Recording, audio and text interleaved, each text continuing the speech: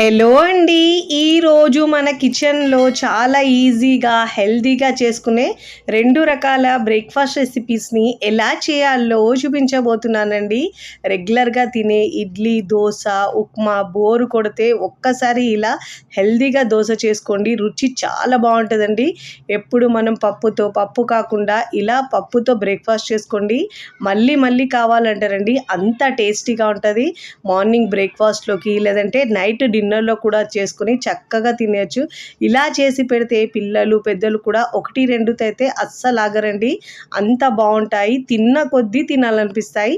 మరి ఇక ఏమాత్రం ఆలస్యం చేయకుండా హెల్తీగా బ్రేక్ఫాస్ట్ని ఎలా చేయాలో చూద్దాం రండి. ముందుగా ఇక్కడ నేను ఒక గిన్నె తీసుకొని దాంట్లో అన్ని కొలతలు కప్పు గ్లాసు దేంతో అయినా తీసుకోవచ్చండి. నేనైతే ఇక్కడ 1 కప్పు దాకా పెసర్లు తీసుకున్నానండి.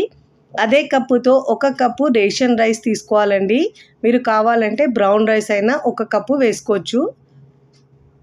ఇప్పుడు అదే కప్పుతో 1 కప్పు పల్లీలు వేసుకోవాలండి. ఇలా వేసుకొని చేసుకోవడం వలన టేస్ట్ అనేది చాలా బాగుంటుంది.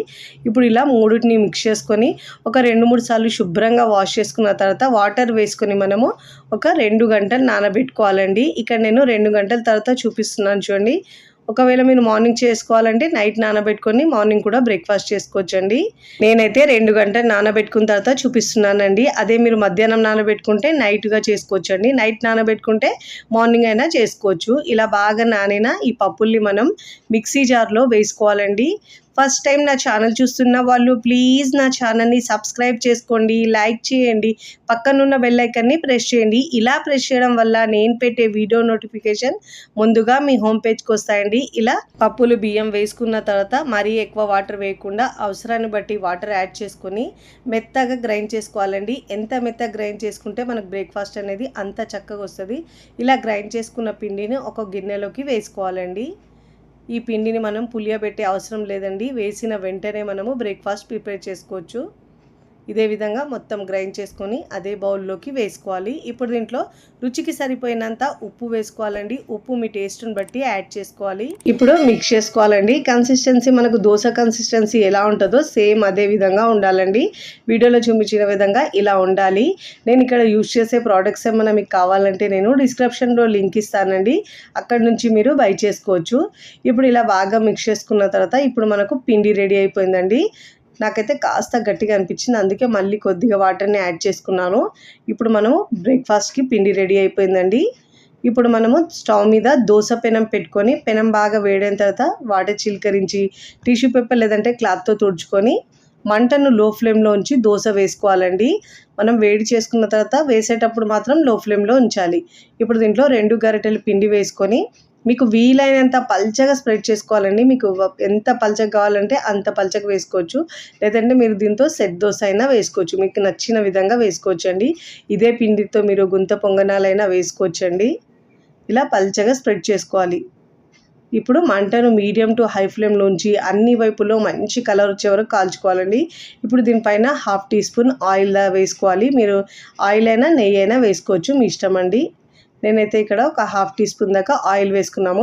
ఆయిల్ వేయకుండా కూడా ఈ దోశలు చేసుకున్న చాలా బాగా వస్తాయండి. ఇలా అన్ని వైపులో తిప్పుతూ మంచి కలర్ వచ్చే వరకు కాల్చుకోవాలి. ఇలా మంచి కలర్ వచ్చిన తర్వాత ఫోల్డ్ చేసుకొని ప్లేట్లోకి తీసుకోవాలి.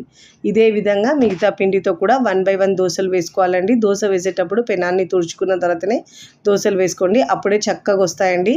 1 by 1 ఇలా దోశలు వేసుకొని వేడివేడిగా సర్వ్ చేసుకోండి. చాలా ఈజీగా, సింపుల్గా, టేస్టీగా, హెల్తీగా చేసుకునే బ్రేక్ఫాస్ట్ మీకు నచ్చితే తప్పకుండా ట్రై చేసి మీ అభిప్రాయాన్ని నాకు కామెంట్ ద్వారా తెలియచేయండి. ఇలా 1 by 1 దోశలు వేసుకొని 2 వైపులా చక్కగా కాల్చుకోవాలండి. కాల్చుకొని సర్వింగ్ ప్లేట్లోకి సర్వ్ చేసుకోవాలి. నేనైతే ఇక్కడ దోశలు వేసుకున్న తర్వాత ప్లేట్లోకి సర్వ్ చేసుకుంటున్నానండి. ఇలా మంచి కలర్ వచ్చే వరకు కాల్చుకొని ప్లేట్లోకి తీసుకోవాలి. పిల్లలు పెద్దలు కూడా ఇలా హెల్తీగా చేసి పెట్టండి, చాలా ఇష్టంగా తింటారండి. రెగ్యులర్గా తినే దోశలు కాకుండా అప్పుడప్పుడు ఇలా వారంలో ఒక్కసారైనా హెల్తీగా బ్రేక్ఫాస్ట్ పెట్టండి, చక్కగా చాలా ఇష్టంగా తింటారు. మీకు నచ్చిన చట్నీతో సర్వ్ చేసుకోవచ్చండి. నేనైతే ఇక్కడ పల్లి చట్నీతో సర్వ్ చేస్తున్నాను. రుచి అయితే చాలా చాలా బాగుంటాయండి. క్రిస్పీగా తిన్న దోశలు లేదంటే సాఫ్ట్గా తిన్నా కూడా చాలా బాగుంటాయి. ఇప్పుడు మన సెకండ్ బ్రేక్ఫాస్ట్ రెసిపీ వచ్చి కందిపప్పుతో, ఎర్ర కందిపప్పుతో బ్రేక్ఫాస్ట్ని ఎలా చేయాలో ఆ ప్రాసెస్ని ఇప్పుడు చూద్దాం రండి. ముందుగా ఇక్కడ నేను ఒక మిక్సింగ్ బౌల్ తీసుకొని దాంట్లో 1 కప్పు ఎర్ర కందిపప్పు తీసుకున్నానండి. ఎర్రపప్పు అంటే చూడండి ఆ పప్పు తీసుకున్నాను. అన్ని కొలతలు ఒక దాంతోనే తీసుకోవాలండి. బియ్యం ఏమి వేయకుండా ఇలా సింపుల్గా చేసుకునే బ్రేక్ఫాస్ట్ అండి. శుభ్రంగా ఒక 2-3 సార్లు బాగా వాష్ చేసుకొని ఆ వాటర్ తీసి మళ్ళీ దాంట్లో తిరిగి వాటర్ పోసుకొని ఒక అరగంట నానబెట్టుకుంటే సరిపోతుందండి. మార్నింగ్ లేవగానే అప్పటికప్పుడు ఇలా చేసుకునే బ్రేక్ఫాస్ట్ అండి. లేవగానే నానబెట్టుకున్నామనంటే మనం బ్రేక్ఫాస్ట్ టైం వరకు నానిపోతుంది, ఇంకా అప్పటికప్పుడు చేసుకోవచ్చు. ఇప్పుడు మిక్సీ జార్ తీసుకొని దాంట్లో పప్పును వేసుకోవాలండి. లేదంటే మీకు టైం లేకపోతే వాష్ చేసుకున్న వెంటనే మనము దోశలు కూడా వేసుకోవచ్చండి. 5-10 నిమిషాలు దాంట్లో వేడి నీళ్ళు వేసి అలా నానబెట్టుకొని అయినా వేసుకోవచ్చండి. మీడియం సైజ్ ఒక క్యారెట్ని చిన్న ముక్కలుగా కట్ చేసుకొని వేసుకోవాలి. ఒక పచ్చిమిరపకాయని ఇలా తుంచి వేసుకోవాలండి. చాలా తక్కువ వాటర్ వేసుకొని గ్రైండ్ చేసుకోవాలి. అవసరాన్ని బట్టి వాటర్ యాడ్ చేసుకోవాలండి. మెత్తగా గ్రైండ్ చేసుకోవాలి. ఇలా మెత్తగా గ్రైండ్ చేసుకున్న ఈ పిండిని ఒక మిక్సింగ్ బౌల్లోకి తీసుకోవాలి. చాలా సింపుల్గా చేసుకునే బ్రేక్ఫాస్ట్ అండి. ఇప్పుడు దీంట్లో రుచికి సరిపోయినంత ఉప్పు వేసుకోవాలండి. ఉప్పు మీ టేస్ట్ని బట్టి యాడ్ చేసుకోవాలి. ఇప్పుడు మనం ఒక 2-3 నిమిషాల పాటు బీట్ చేసినట్టు బాగా మిక్స్ చేసుకోవాలండి. విస్కరు లేదంటే స్పూన్తో అయినా ఇలా బాగా మిక్స్ చేసుకోవాలి. ఇలా బాగా మిక్స్ చేసుకుంటే మనకు ఈజీగా సింపుల్గా చేసుకోవచ్చండి. వంట సోడా ఈనో ఏమీ వేసే అవసరం లేదు. ఇలా మిక్స్ చేసుకున్నామంటే పిండి అనేది లైట్గా అయిపోతుంది. దోశలు అనేవి చక్కగా వస్తాయండి.